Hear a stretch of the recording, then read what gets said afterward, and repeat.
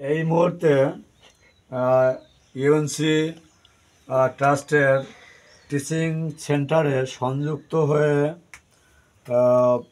বিভিন্নভাবে পর্যালোচনা করছেন বা দেখছেন ইউএনসি ট্রাস্টের সম্মানিত সভাপতি ডক্টর উত্তম কুমার চৌধুরী।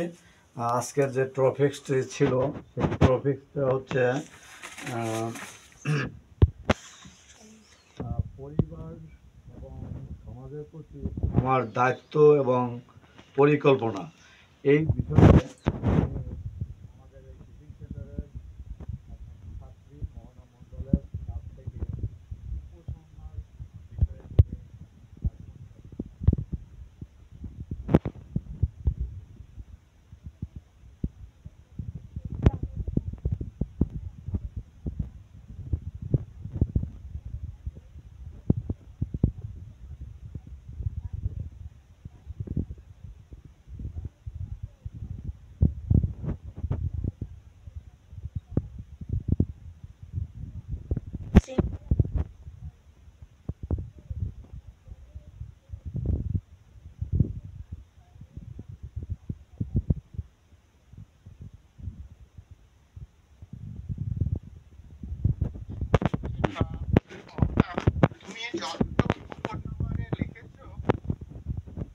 ওইটা ধরবি, ওইটা হবে না। উপসংহারে আমাদের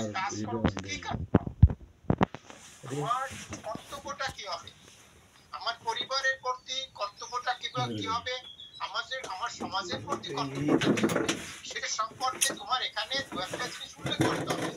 আমি এখানে কাজ করবো, আমার দায়িত্ব আছে, সেগুলো পালন করা উচিত, আমরা সবাই মিলেমিশে থাকবো, এটা করলেই তো এনাফ না।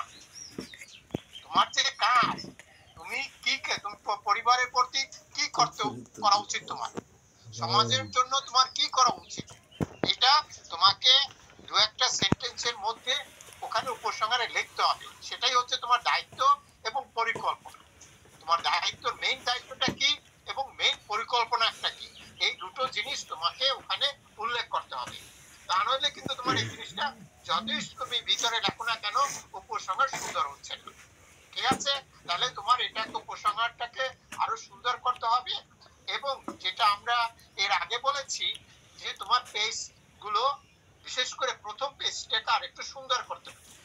সেখানে স্কুলের নাম, তোমাদের টিচার যেটা বলে সেটা তো আছেই, তাছাড়া আমার কাছে আর একটা জিনিস মনে হচ্ছে, তুমি ফার্স্ট পেজে একেবারে টপ অফ দ্য পেজে চলে গেছো, কোনো জায়গা নাই, তোমার পেজের উপরে আর কোনো জায়গা নেই। এরকম করলে তো ওটায় কোনো ইমপ্রেশন কিছু আসবে না। অতএব ফার্স্ট পেজটা যখন তুমি লেখা শুরু করবে, প্রথমে কিছু জায়গা উপরের দিকে, ডান দিকে, বাঁ দিকে, নিচে রেখে দেবে, তারপরে ছোট করে লিখবে যাতে তোমার জিনিসগুলো ওখানে কমপ্লিট করতে পারো। টপ পোর্শনে তুমি ওইরকম স্কুলের নাম লিখে পুরো জিনিসটাকে কভার করে দেবে না। অতএব আমার রিকোয়েস্ট হচ্ছে, ফার্স্ট পেজটা অন্তত পক্ষে তুমি কমপ্লিট করো এবং উপসংহারকে আরো সুন্দর করো।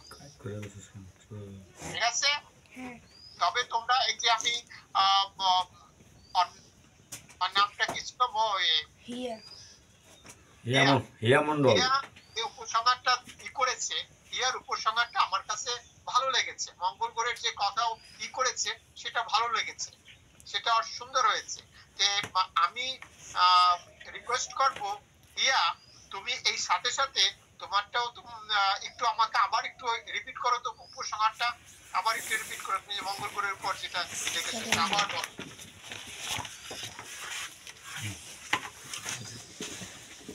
শোনো। উপসংহার: মঙ্গলে আছে সৌরজগতের সবচেয়ে বড় পর্বত গিরিখাত, তাছাড়া উঁচু নিচু জায়গা তো আছেই। সেসব পাড়ি দিতে নিশ্চয়ই আমাদের সময় বেশি লাগবে না। এই হিসাবটা শুধুই কল্পনার জন্য করা। বাস্তবে মঙ্গল গ্রহের চারপাশে ঘুরে বেড়ানোর সময় এখনো আসেনি।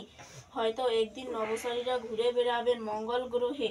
হয়তো নভোচারীরা মঙ্গল গ্রহে অনেক বিপদের মুখে পড়বে। নভোচারীরা এই বিপদের হাত থেকে বেঁচে মঙ্গল গ্রহের সব জায়গায় ঘুরে বেড়াবেন। মঙ্গল গ্রহ অভিযানের জন্য এ কথাই সত্যি।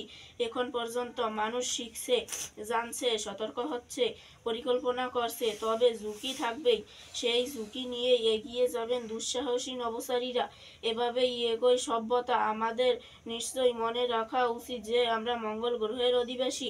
আমাদের মনেও স্বপ্ন আছে যে আমরা মঙ্গল গ্রহে গিয়ে নভোচারীদের মতো চলাফেরা করব, ঘুরে ঘুরে দেখব মঙ্গল গ্রহের সব জায়গা। আমরা মঙ্গল গ্রহের অধিবাসী। Good. তাহলে দেখো, তোমার প্রসঙ্গটা সুন্দর হয়েছে। তোমাকে যে সকল সাজেশন আগে দেওয়া হয়েছিল সেগুলো তুমি আরো সুন্দর করে আন্ডারলাইন করবে, জায়গা রাখবে, সেভাবে তৈরি করে জমা দেবে। আর আজকে তোমরা যে আমাদের ইউএনসি ট্রাস্টের পক্ষ থেকে এবছর যে প্রতিযোগিতার বিষয়বস্তু সম্পর্কে দুটো বিষয় আমি শুনলাম, আশা করি তোমাদের এই লেখার মাধ্যমে তোমরা অনেক কিছু বুঝতে পারছো এবং পারবে, যেটা তোমাদের ভবিষ্যতে কর্মকাণ্ড এবং পরীক্ষা যাতে আরো প্র্যাকটিক্যালি তোমরা আরো জিনিসগুলোকে সুন্দরভাবে উপস্থাপন করতে পারবে এবং এই লেখা আরো উত্তরোত্তর সুন্দর হবে, ভালো হবে এবং তোমাদের ভবিষ্যৎ সুন্দর ভালো হোক, এই কামনা করে তোমাদের সকলকে ধন্যবাদ জানাচ্ছি। ধন্যবাদ। আপনাকেও ধন্যবাদ, আমাদের পক্ষ থেকে অসংখ্য ধন্যবাদ। এতক্ষণ কথা বলছিলেন এবং পরামর্শ দিলেন ইউএস থেকে সংযুক্ত হয়ে ইউএনসি ট্রাস্টের সম্মানিত সভাপতি ডক্টর উত্তম চৌধুরী। তাকে অসংখ্য ধন্যবাদ।